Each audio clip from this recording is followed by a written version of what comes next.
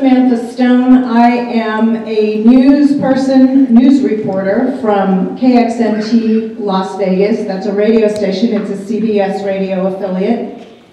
We are at 100.5 on the FM dial. There's my plug if you would care to listen to us. We would appreciate it. We do news and talk, straight ahead news, and great political commentary, of which I am not a part. So please know I'm approaching this straight on.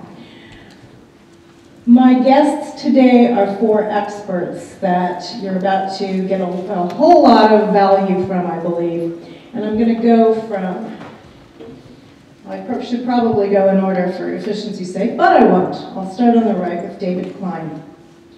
David Klein is Vice President, Communications and Research, California Taxpayers Association. He was named Vice President of Communications and Research in January of 2010 after more than 2 years with the organization. He fields media inquiries and oversees research projects and production of the CalTax publications.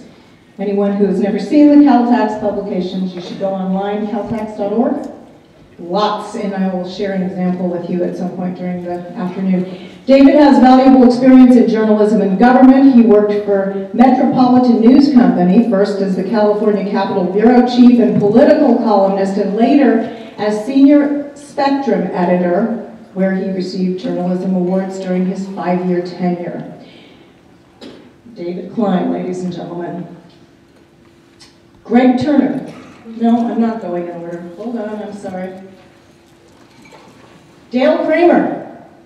Dale Kramer is with the Texas Taxpayer and Research Association in Austin, Texas.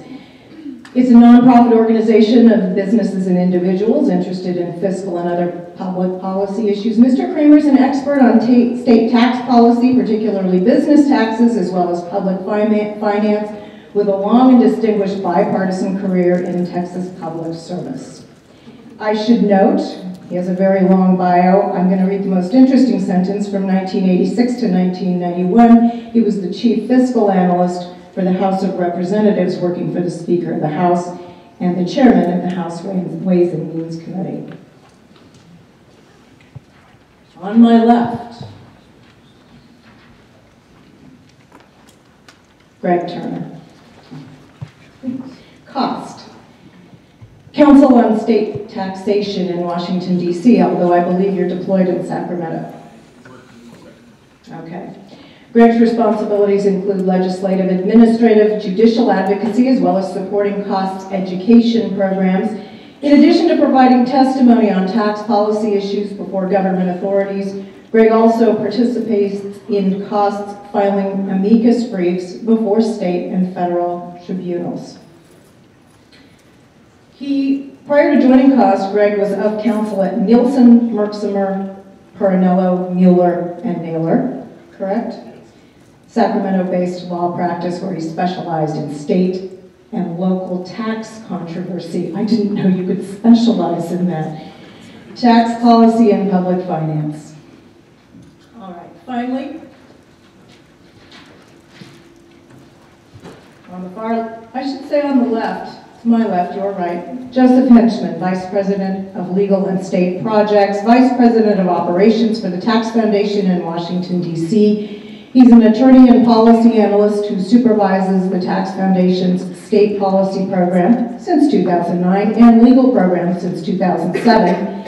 And Joe's analysis of state fiscal trends, constitutional issues, and tax law developments has been featured in court decisions, in testimony at the federal and state levels, and, get ready, in The Economist, the New York Times, the Wall Street Journal, the Los Angeles Times, the Baltimore Sun, the Orange County Register, the Philadelphia Inquirer, the Christian Science Monitor, and it goes on and on and on.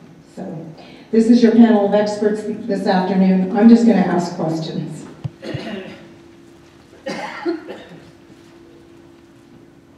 All right, I have in my hands, standing on tiptoes so that I can see over the podium, From Governing, which is a publication as well as an organization, but Governing's Outlook in the States and Localities for 2010. It says here, the governing conference called Outlook in the States and Localities in 2010 got off to a notably gloomy start as panelists discussed the dire financial picture that state governments are facing. The depth and breadth of this downturn is going to send repercussions for a decade, said Ray Sepich, Executive Director of the National Governors Association. The biggest concern for states is that the current economic crunch goes beyond the financial downturn. There are increasing structural deficits in state governments. Even as the economy turns around, states will face deeper, more entrenched fiscal challenges. Public spending on corrections facilities have skyrocketed in recent years, for example. States must look at more transformational challenges if they hope to regain structural balance. This was in 2010. 2011, this is from the NCSL State Budget Update in fall of 2011. State fiscal conditions continue to improve, but at a very slow pace. A survey of legislative fiscal officers found that the deterioration that dominated state finances in recent years has eased. And in a significant departure from years past, few states are reporting budget gaps in the early months of fiscal year 2012. So clearly something has happened between early 2011 and fall of 2011 that's being reflected now, and that's what we're going to explore today. What happened in that gap? First, in the spirit of this gathering, which Carol has named What to Do and Not to Do, we're going to get 1 minute from each of these gentlemen to get the ball rolling. What to do or not to do. So I'm going to start with David Klein. In 1 minute, please give us either a what to do or what not to do. Yeah, since I'm from California, you can tell right on the bat, it's going to be a what not to do from me. And in this case, there's a long list that I think we could go over, but ballot box budgeting is one thing that I would advise any other state to avoid. And we define that at the California Taxpayers Association as when you use a initiative to really dictate exactly how some part of the budget is going to be spent. Other groups have a wide definition where they say any tax cut is ballot box budgeting, or any program created by an initiative is ballot box budgeting. We don't take that wide of a view, but we think when you do specify, that, for example, in California, approximately 40% of all general fund revenue has to go to K through 14 education, you've created a problem in that you now have no incentive for efficiency, because the people know they're going to get the money whether they are efficient or not. And you also create problems with transparency and just more confusion for the public. It becomes harder to follow where their tax dollar goes in the long run. So that's it. What to do or what not to do? I think what to do, certainly you need to know your economy, because any aspect of tax policy does have an economic impact on the state. So I think you need to understand your economy as you evaluate any decisions when it comes to tax policy, because we do not have a one-size-fits-all economy amongst the states. What works in Texas may not work in Nevada, and we'll talk about that more in a little bit. I think you also must know your constituencies, because tax policy is more than just an academic exercise. It's very much a political exercise. You need to understand that there are associations like us and like Carol's where we focus on sort of the broad aspect of things. There are other associations that are going to focus very narrowly on the interests of their industry. So you have to be able to filter out that information. What not to do, one of the things I think I've learned today is never be on a panel following 4 governors from the state. That's a tough act to follow. I think as I look at least at, with regards to tax policy, which is what I'm going to focus on today, don't make decisions by exhaustion, because the legislative process is an extremely long and drawn out one, and a lot of times we see legislation by exhaustion when everyone is just too tired to work on the issue more, and you end up taking the least path, the path of least resistance. Oh, that never happens in Nevada, I'm sorry. All right, Greg from Cost. I think actually that's the first one I did too, which is know your economy and play your strengths. Most states are unique.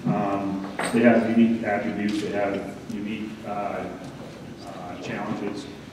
The better you know them as a state, the better you can arrange your tax structure to reflect that. Recognize that the things that to do. Look at where your taxes are at in relationship to the things you're trying to grow. If you want to try to grow jobs in the state, look at your tax structure to see what is impeding that, what might be impeding it, what's encouraging. Ironically, what not to do, don't follow California, yet your percentage of taxes, your tax rate as a percentage of GDP is roughly the same. And so there are a lot of things that California is able to do because of the size of its economy, but your tax structure doesn't always help you in terms of investment because of the property and sales effect on investment. So things to do and not to do. And look to some of your neighbor states. There's been a lot of good things done. Joe Henchman, what to do or what not to do in 1 minute. I would second the tax structure argument. Aim to have a tax system that's simple, neutral, easy to understand, and stable.